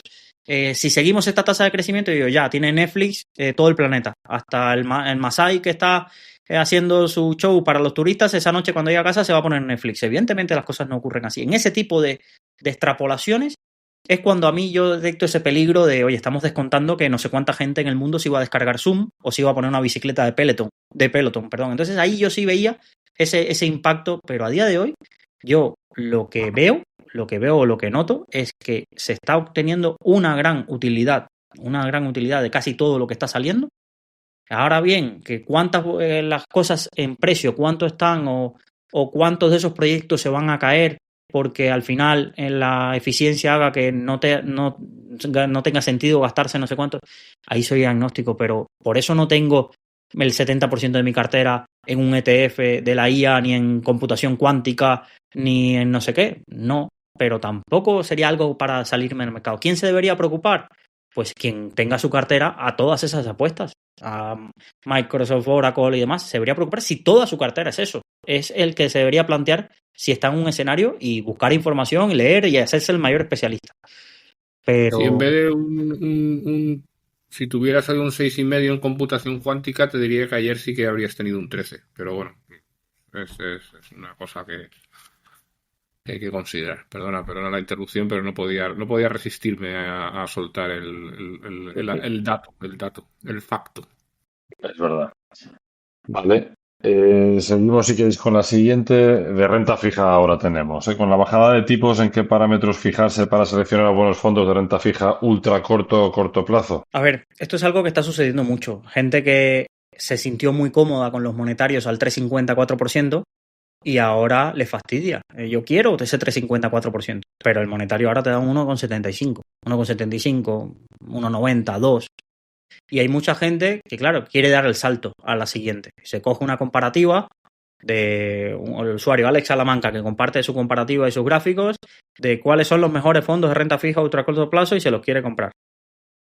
El problema es que asocian de que estos no es más riesgo. Me va a dar ese mismo 3-4%, pero sin riesgo. Y al final, los activos, las clases de activos o de estrategias son escaleras. Son escaleras de riesgo. No es lo mismo un monetario que un fondo de renta fija por corto plazo, por muy bueno que sea el fondo de renta fija a corto plazo. Hay más incertidumbre, pueden pasar más cosas. Yendo a la pregunta, muy rápido. Me centraría en que no asuma riesgos de duración muy grandes. Me fijaría también en no asumir, si tú lo que quieres es dar el salto a un poquito más de rentabilidad que el monetario, que no te estés metiendo en riesgo de divisa. Que no te estés metiendo en riesgo de divisa, y eso a los inversores le cuesta entender si el fondo todo lo que invierte está en euros o si cubre la divisa. Y por último, y hay una tendencia bastante grande en los fondos de renta fija, en ir destinando una parte pequeña a clases de activos más complejas, que quizás nadie lo nota, porque nadie se mete en las fichas de los fondos, pero se empiezan a meter, pues mira, pongo un 10% en private equity o en cosas así. Y a mí, cuando veo eso en un fondo de este estilo, no me acaba de gustar. Porque estas son las cosas que te dan un poquito más de rentabilidad y todo el mundo contento porque sales el primero en el ranking de tu categoría, pero asumiendo un riesgo de que quizás nunca ocurra, pero que luego la liquidez ocurre. Sino que se lo cuenten a Neil Woodford o a todos estos gestores que lo que les ha llevado por delante es intentar seguir dando un poco de rentabilidad objetivo cuando no hay clases de activos que estén dando dentro de tu horizonte, dentro del universo de inversión, esa rentabilidad y asumen ese riesgo que al final se termina pagando mal. Entonces me fijaría en eso. Sí, sí. Ahora una pregunta que yo creo es súper interesante, ¿vale? Porque te dice que ¿cuáles son los errores más comunes en las finanzas de tu vecino? ¿Cuál es el que más rendimiento al final le trae, ¿no? ¿Y hay alguno que te haya sorprendido por la frecuencia con que digamos, lo sueles ver? A ver, el error más frecuente es que todas las carteras, y esta frase de Arturo la puse en Twitter el otro día porque es brutal, todas las carteras están pensadas para que si las hubieras comprado hace 5 años, tuvieras la rentabilidad mayor, en las que más salgan en el XRI. Si tú, es como si cogieran el ranking de expansión de final de año o de principio de año y dijeras, pues solo puedo comprar fondos que salgan aquí en las principales 25 posiciones. Y me da igual si los fondos están invirtiendo en lo mismo, me da igual si yo me considero conservador. ¿Por qué? Porque si tú te consideras conservador, tu mentalidad es que no quieres perder dinero. Pero si estás invirtiendo en un fondo que se ha hecho un 20 y pico por ciento anualizado, tu mentalidad es que no vas a perder dinero. Porque vas a hacer un 20 y pico por ciento anualizado. Entonces, te sigues creyendo que esa estrategia puede encajar en tu perfil conservador. Personas que empezaron a invertir en 2023-2024 ponen su cartera como si las caídas no existieran o como si las caídas duraran 3 meses o 4 meses. Y sobre todo, creo que la gente no le dedica tiempo a leer nada de exactamente qué hace el producto. Nada. Entonces, llenan su cartera de productos que cuando tú le preguntas, oye, ¿y sabes en qué invierte? ¿Sabes cómo es el equipo gestor? Las peculiaridades del fondo. Te reconocen ellos mismos. No, lo compré porque se lo vi a fulanito. Se lo compré porque vi el ranking. Es que lo recomendó no sé quién. Es que lo dijo no sé quién en el consultorio de Capital Radio. Y te quedas así y dices, ya. Y pasa, y ya lo he visto en un año. Yo llevo 2 años haciendo las finanzas de tu vecino. De fondos que me venían como, no, es que este fondo lo tengo que tener sí o sí. A mandarme mail 5 o 6 meses diciendo, no, es que no quiero tener este fondo. Y lo único que ha cambiado el fondo es que hasta hace un año iba muy bien y que este año pues no le ha ido bien. Pero además no se detienen a pensar si, por ejemplo, la clase en dólares del fondo le ha ido bien y simplemente ha sido el impacto de divisa. Porque hay fondos que, evidentemente, lo que es invertir le han ido bien en dólares. Simplemente el impacto de divisa se los ha llevado por delante. Y no, da igual. No, es que lo ha hecho muy mal. Y no, eso es una... A ver, invertir en fondos no consideraría, no es física nuclear. No es algo que yo diga, no, es que es súper complejo. Pero tampoco es tan sencillo como suscribirte a alguien que te diga qué fondo va a subir o que oyendo un consultorio tú te copies 4 ideas, lo pongas ahí y vale. Que algunas veces en algunos tipos de mercado te va a servir, sí, pero tiene mucho más riesgo de lo que parece. Entonces, ese yo creo que es el error más común, el performance chasing. Están todo el rato intentando comprar fondos que ni entienden, pero como tenga algún componente de sesgo de autoridad, y el sesgo de autoridad normalmente viene vinculado o a que es muy exótico o a que ha dado una rentabilidad muy buena. Y entonces viene asociado a, guau, yo te voy a tener algo distinto. Qué guay voy a quedar teniendo este fondo. Y valoro, por ejemplo, mira, voy a poner un ejemplo muy claro. Y es un fondo que lo ha hecho muy bien y un gestor que lleva 30 años. Pero ¿cuántos inversores españoles, si no fuera por ese sesgo de autoridad, comprarían un small caps de Filipinas? Todos estamos hablando de, sabéis que me refiero a Hanco. ¿Cuántos? ¿Cuántos inversores pondrían todo su dinero hace 3 años en bonos, en acciones de Turquía o en acciones de Argentina?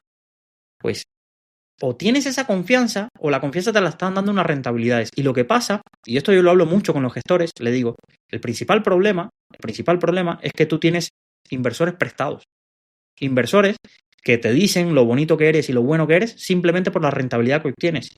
Y entonces tienes que prepararlo que tú, en la tipología de activos en los que inviertes, los menos 20, los menos 30 existen. Y es normal. Y no significa que seas mal gestor. No significa que seas mal gestor ni muchísimo menos.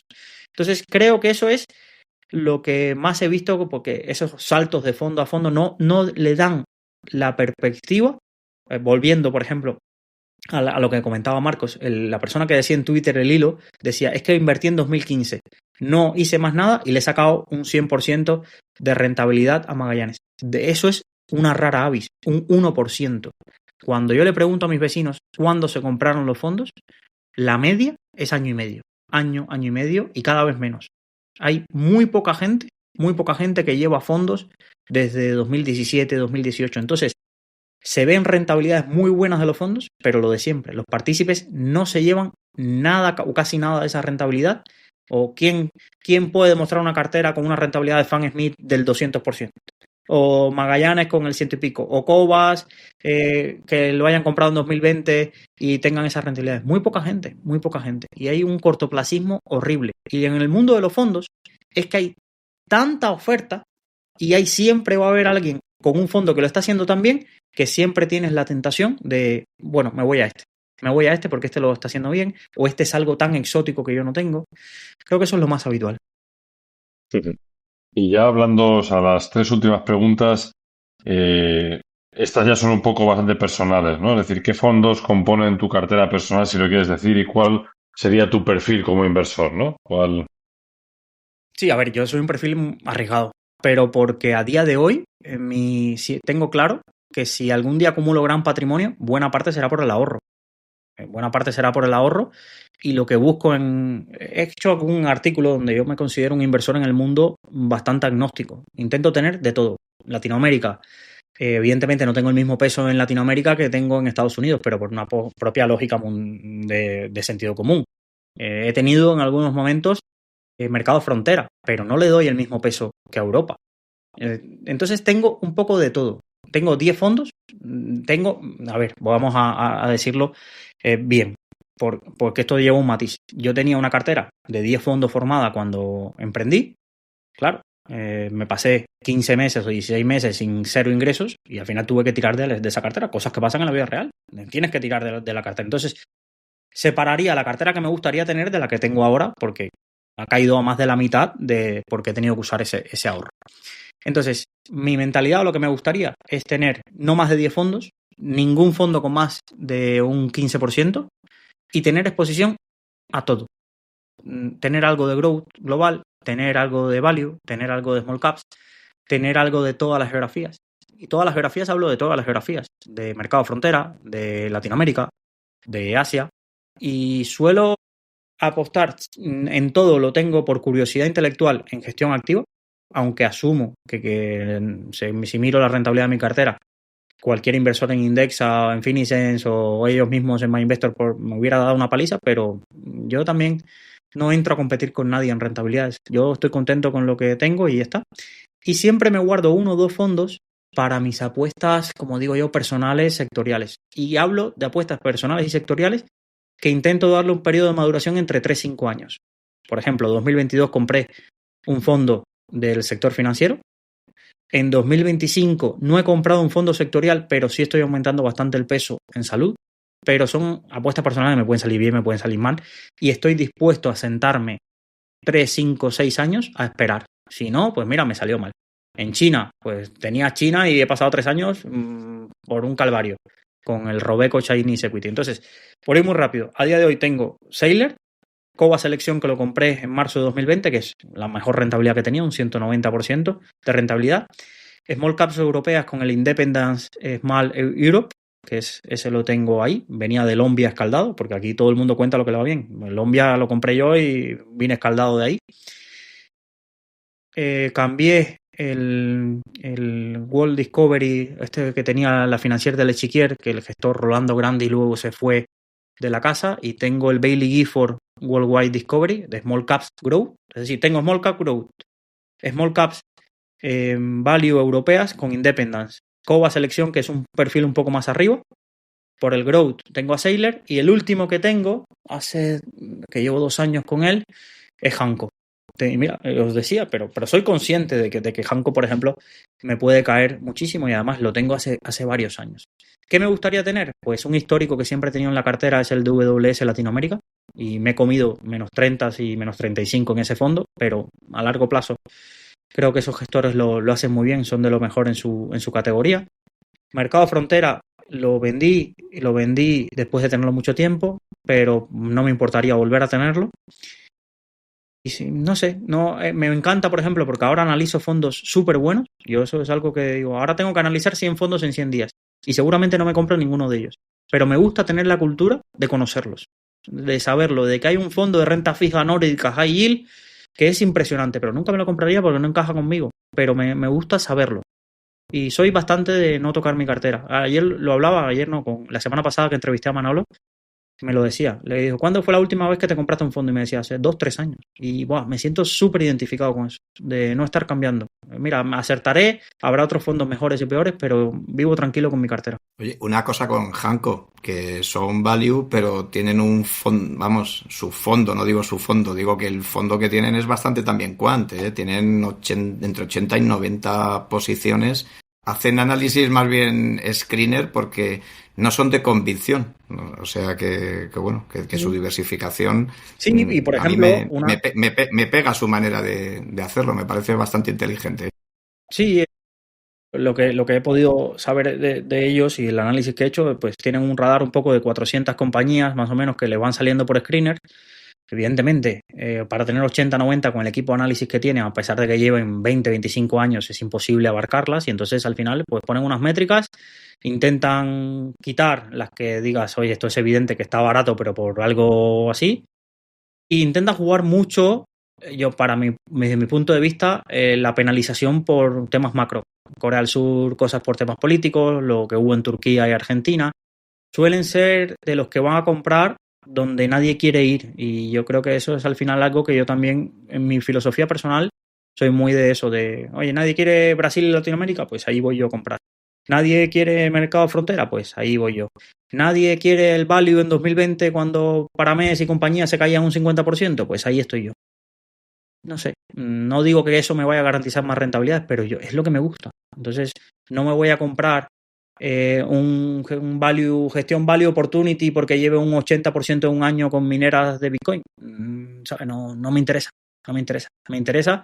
Quizás el año pasado, por ejemplo, me fastidió bastante no comprarme Valentum cuando había tenido un año ahí medio raro, y digo, joder, es que confío en ellos, los he analizado. Ese año medio raro es el que me gustaría. Yo siempre digo que la tabla que comparte Killen, yo lo de arriba ni lo miro. Miro los de abajo. Me interesan los de abajo y decir, oye, estos de aquí abajo, ¿por qué están aquí? ¿Qué ha sido error de ellos? La categoría ha sufrido mucho, y sobre todo me interesa cuando la categoría ha sufrido mucho. No me interesa tanto esas descorrelaciones del fondo, lo ha hecho muy mal, aunque la categoría en la que invierte lo ha hecho muy bien. Esas no me encajan tanto. Me encajan el típico sector salud, que ahora Bellevue, Allianz Bernstein, todos están sufriendo. Todos, porque nadie quiere tener ahora salud. Pues esas son las cosas que a mí me suelen llamar. ¿Tienes un radar para detectar gestores que prometen rentabilidades desorbitadas? Sí, sí. Y yo creo que eso viene mucho de los aprendizajes que he tenido, y eso de Manolo, de vosotros mismos. Vosotros, sobre todo creo que más en la primera etapa del podcast, teníais mucho ojo crítico y hacíais muchos comentarios de alerta con este tipo de promesas, alerta con este tipo de cosas que te están diciendo en los mercados. Hay muchos foreros en Más Dividendos principalmente. No digo que en Rankia no, o en otros foros, pero en Más Dividendos hay, yo creo, 3-4 perfiles de foreros que yo sigo y que le ponen muy en su sitio, que ponen muy en su sitio a los gestores cuando intentan hacer divulgaciones de que como si la gente no tuviera memoria. Hay mucho gestor que habla para gente que lleva 3 meses en los mercados. Y cuando viene alguien y les dice, esto no era lo que tú dijiste hace 4 años, o esto es o lo otro que no estás contando, yo me siento muy identificado. Y eso es algo, aquí en este negocio es un negocio de confianza. Es un negocio de confianza porque al final yo te estoy dando el dinero y tú no tienes la seguridad si lo vas a hacer bien, mal o regular. Yo puedo entender. Y lo que intento evitar son las minas donde algo cualitativo me diga esta persona no es la adecuada para darle mi dinero. Pero me pasa en la vida real. Es como personas que no quiero tener de amigos o personas en el trabajo donde no quiero tener relación. Pues aquí en el mundo de las finanzas pasa lo mismo. Intento no cegarme con el halo de muy buen divulgador o por las rentabilidades, pero sí tengo ese radar de cuando un gestor omite cosas. Y eso para mí es una red flag de manual y por muy buena persona que sea, intento separar. Hay gestores que son extraordinarias, bellas personas y eso es difícil para el inversor retail de decir, es que lo he conocido y es una bella persona. Sí, es una bella persona. Pero al final, ¿de qué come? De que su fondo tenga patrimonio. Y si tiene que hacer cualquier cosa para que su fondo tenga patrimonio, lo va a hacer. Lo va a hacer. Entonces, yo no intento romantizar esta industria. Esta industria es lo que es. Es lo que es. Todo el mundo necesita captar patrimonio, o buena parte de todo el mundo se mueve por captar patrimonio. Los ventas de las gestoras hoy están aquí, mañana están allá. Los gestores estarían encantados de cambiarse, nada más que tu gestora vaya mal. Hay mucho romanticismo de cómo es la industria y luego cuando la ves por dentro dices, esto sé de qué pie cojeas. Entonces, por ir a la pregunta, yo cuando veo que un gestor empieza hablando de que su oportunidad, su fondo es único, y yo digo, a ver, vamos a poner los pies. Dentro de toda la industria mundial, con todos los recursos que hay, un gestor español va a ser algo único. Entonces ya las palabras, esto es único, me chirrían. Otra cosa es que es tu forma de invertir, ¿vale? Es tu forma, pero no me lo vendas como algo único. Luego, cuando dicen cosas o frases que luego empiezan a matizar. No, esta es mi cartera. Y a los 3 meses tienen otra cartera. Y al año siguiente, otra cartera. Pues me pone un poco nervioso y digo, pues aquí no es. Y como sé que yo invierto por clases de activos, es decir, si yo estoy invirtiendo, por ejemplo, en un Small Caps Europa, os digo antes, tenía Alombia. ¿Qué empiezo a ver? Que se va al ventas. El patrimonio no chuta. Me cierran un fondo sin mucha explicación porque tenía 20, 30 millones, lo cierran para que el track record del gestor se siga manteniendo. Pues yo digo, aquí no es. Y quizás alguien se pasa 10 años con ese gestor y le saca un 15% anualizado. Y no le tengo envidia. Es decir, yo, como lo que puedo saber es lo cualitativo, digo por aquí no es. Y prefiero darle el dinero a gente coherente. No digo ni buenas personas ni buenos profesionales, a gente coherente. Y cuando en vuestro foro hay 3 o 4 casos que para mí eran red flag de manual. Como mismo, quien se mete en el hilo del Smart Social SICAV hace 10 años, en Rankia o en Uniens, y puede leer esas cosas, dices, aquí habían red flags de manual. De manual, de decir, oye, cuidado con la prepotencia, cuidado con los métodos milagrosos, cuidado con el gestor que ahora parece sacado del MIT y te va a traer una fórmula súper increíble. Porque al final todos los backtests, todas estas cosas dependen de algo mucho más básico, que es que tu partícipe confíe. Entonces, tú puedes tener la estrategia más grande del mundo, que si tu partícipe en los momentos de caídas te saca el 50% del fondo, a tomar por saco la estrategia. Por muy buena. Y entonces es un negocio que depende de esa confianza. Y yo, pues bueno, nada, yo lo tengo visto así y a partir de ahí es lo que sigo. Y ya pues la última pregunta, ¿no? Has estado a gusto en esta segunda parte de preguntas. La verdad es que han habido muchas que no hemos podido, hemos cogido las fundamentales, pero yo creo que la verdad que bueno, has estado a gusto, has estado bien. Sí. Yo aquí, la verdad, me siento muy a gusto y me gustaría hablar menos y escuchar más, porque sé que soy el invitado, entonces vosotros siempre estáis, pero creo que habría muchísimas de estas preguntas que si escucháramos a Arturo, a Marcos o a ti, seguro saldrían reflexiones. Yo no dejo de ser alguien que tiene muy pocos años y me falta experiencia y visión, pero las que no podamos contestar, que el que quiera mi opinión, que me escriba o yo las respondo mejor, las respondo en el hilo. Las que se hayan quedado las respondo en el hilo y así todo el que quiera pues ve la opinión. Creo que lo hemos tocado todo hay que decirlo, pero yo encantado, la verdad. Pero no solo aquí grabando, con el otro día que fuimos a comer hace ya unas semanas, también me lo pasé genial, Sí, la verdad. sí, Tengo la esa verdad que fue sensación. súper agradable. Pues muchas Sí, gracias, bueno. chicos. Sí. Dime, Ujú. Arturo, por favor. Solo iba a decir que la verdad es que si vienes aquí es para que brilles. O sea, nosotros ya nos tienen aburridos la gente, ¿sabes? Y Aparte creo que siempre sí. decimos lo mismo. Es verdad, sí. Entonces es bueno que... Y yo estoy seguro que vamos a tener muchas más ocasiones. Seguro que podemos hacer Sí, algún día también algún cuadrangular así en el que sea a lo mejor más de discutir o algo, ¿no? O sea, seguro que de discutir en el buen sentido de la palabra, ¿eh? No os emocionéis. claro. Pues muchas gracias, chicos, y seguimos en el siguiente episodio. Muchas gracias, Luis. Muchas gracias por la oportunidad. Gracias, hasta ahora. Nada, muchas gracias, amigos.